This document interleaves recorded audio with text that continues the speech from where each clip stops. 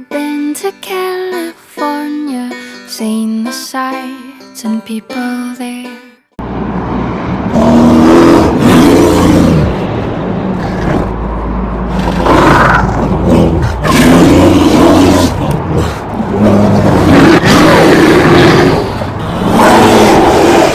Well guys, it looks like we are here at Jackson Lake, and what do you think? Grand Tetons? Check. It's a big lake. I've got to say, at least on this side of the lake, there's not much foliage, so it's huge. No doubt about that. Kaliki's doing an inspection here at Jackson Lake, and I think he approves.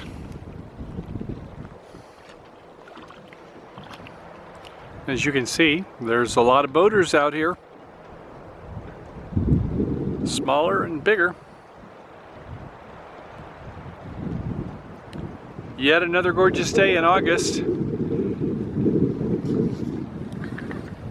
The Tetons right there behind us. It's been a beautiful day, and what do you think about it all? I think it's been superb. We ended up exactly where we were supposed to be. It's a beautiful view. We've got to watch the boats and the Grand Tetons, so I am very, very, very happy. And tomorrow we are heading into Yellowstone. Today we are now headed into Yellowstone National Park. Yeah. Limited on time. We're gonna just spend one day here because we want to keep this show moving toward the East Coast. So our main attraction is going to be Old Geyser, and that's where we're heading currently. Looks like we will arrive about 11:30 a.m. So we'll see you at the Old Geyser. See you then. Peace out for now. And we are coming up to the entrance of the real Yellowstone. I kept thinking the Grand Teton entrance was, but we are here. Here we are at Lewis Lake. Beautiful, and the fishermen are having a great time.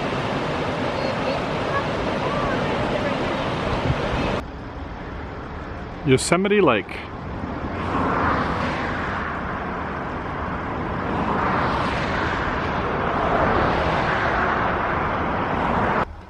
Well, here's one to share with your friends. A big deal for a little lake. So the Isa Lake feeds into two oceans. Yeah, it's right on the Continental Divide itself. So part of the lake is going to go in the Pacific, and the other part of the lake east is going to go off into the Atlantic. Ha! How about that? So indeed, this is the Isa Lake. Part of it goes into the Pacific Ocean, and part of it goes into the Atlantic. It's not much of a lake. I'd call it the Isa Pond. There is a little bit of it on the other side, and if I rush across, and there you go. I guess that's the Pacific side.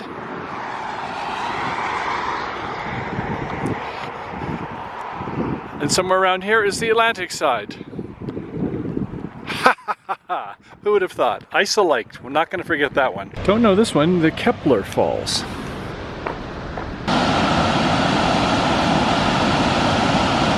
Pretty.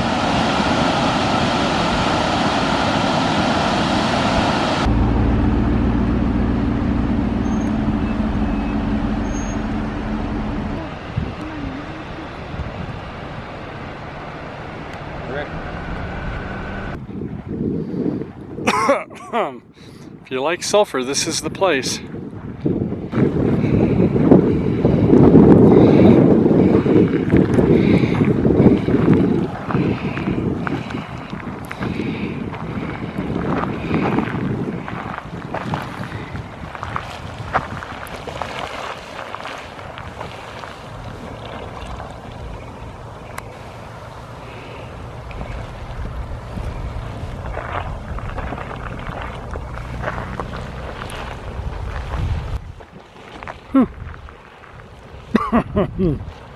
Oh goodness.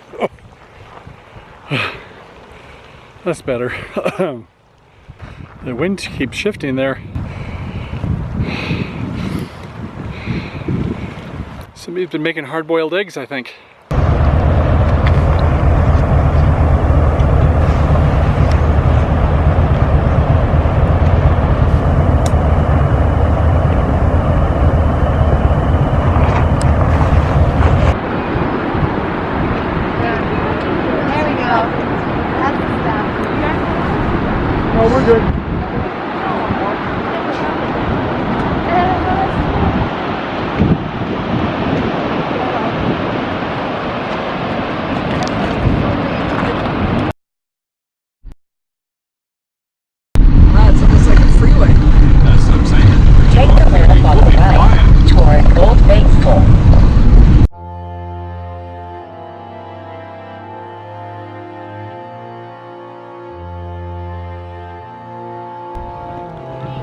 Now that we are here,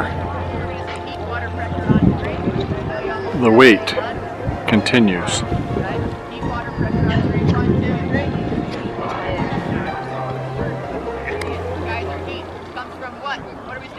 The water comes from precipitation. Right? All of the water that comes up out of a geyser or hot spring here in Yellowstone National Park had fallen to the earth at some point in the last 500 years. And it traveled down toward the center of the earth through the cracks created by the 1,000 to 3,000 earthquakes that we get every single year. Right? So if you've been here for a couple of days, congratulations, you survived a couple of earthquakes. Right? Not too shabby.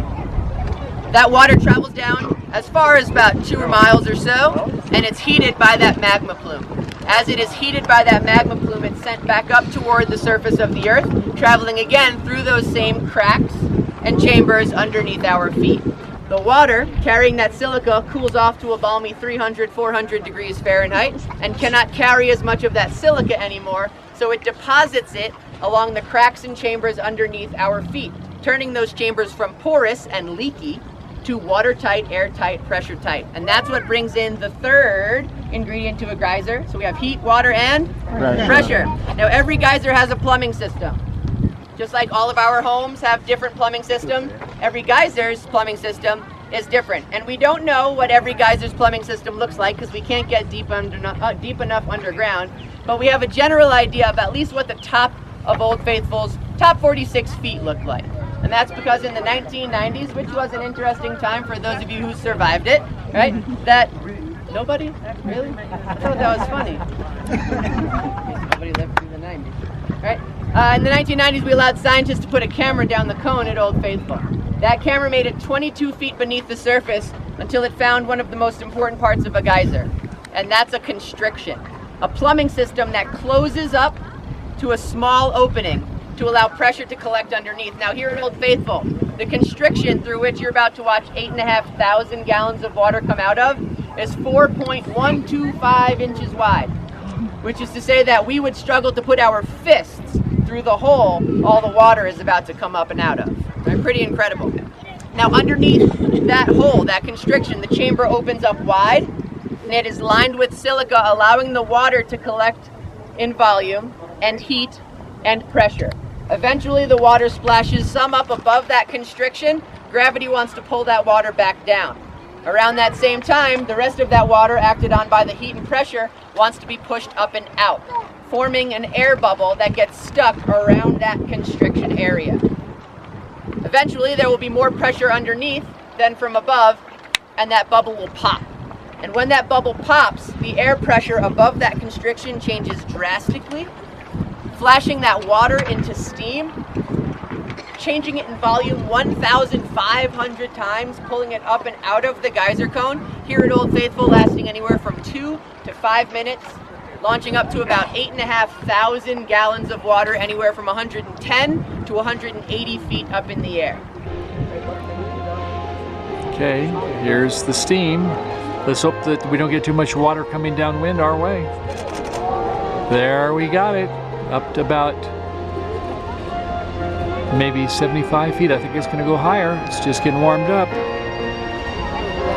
Now if we get a little odor with it, we'll get a true chance to see what sulfur smells like. Beautiful. This is the most famous geyser in the world, Absolutely.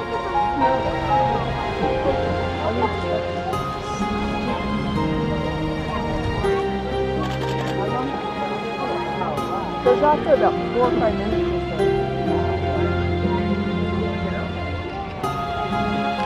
Anybody need a shower?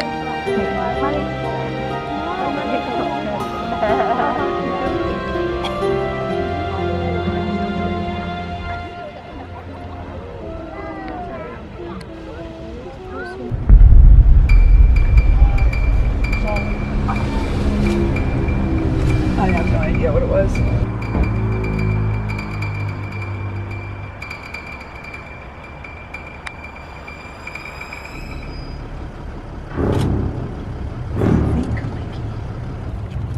Kaliki smells something. And the water buffalo is just over there on the other side of the creek.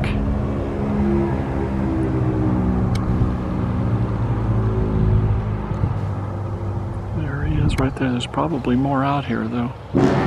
So be a little bit careful.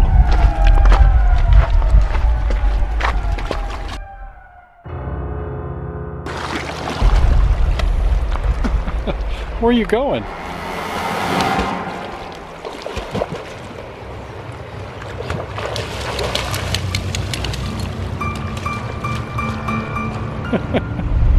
You're supposed to know not to go all the way in the water, aren't you?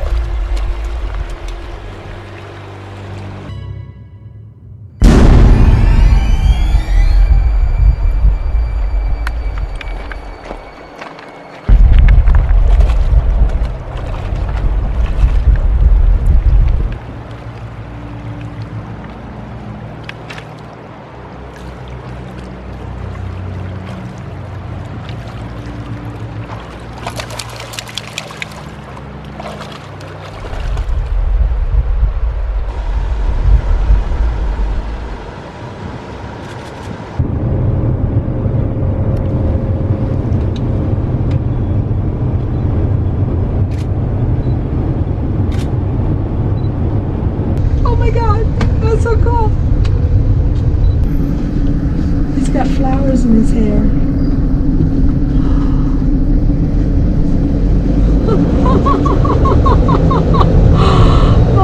And sadly, but with good memories, we are leaving Yellowstone Park, and right on the other side of the road we're entering a, what is it, a national forest, and it also says we are entering Montana, Silver Gate, 7388 elevation. And they have food. And they have food. We have the need for food. It is 7:28 p.m. and Grace says, I'm hungry. I want to eat something. Yeah. Well, we did it, Grace. We just crossed the border. We are out of Wyoming. Wonderful time we had in Yellowstone Park. What next? Yellowstone was fabulous. We're not sure what's next. We're going to look at the map and see how far we are from Mount Rushmore. Maybe take a day or two off and get some rest and relaxation. Get some wine. But until then, we have a sticker. Okay, and Montana's coming up. But before then, what do we have to say? Stick a sticker on it. Giddy up, horsey. Wyoming, we did it. Didn't quite make Utah. We would have liked to. It came so close. But more to follow. So we're going to head for Montana, I believe. Is that right? Yeah, maybe Billings. That might be nice. Okay, well, we're on the road, so should we have some dinner before we decide to find a place for the night? We should have some dinner. Why don't you tell us where we should go and be nice about that? We need some help. Something like that. Let us know. We need to know where to go. In the comments below some of the places near here that might be worth us seeing or taking you along. If you want to come with us, hit that subscribe button. Make sure to like the video and maybe even share it. Tell a friend. And that's about it for now. So until next time, happy trails to you. Peace out. Have you been to California? Seen the sights and people there? Walked the streets of sleepy sea towns? Tasted salty ocean air?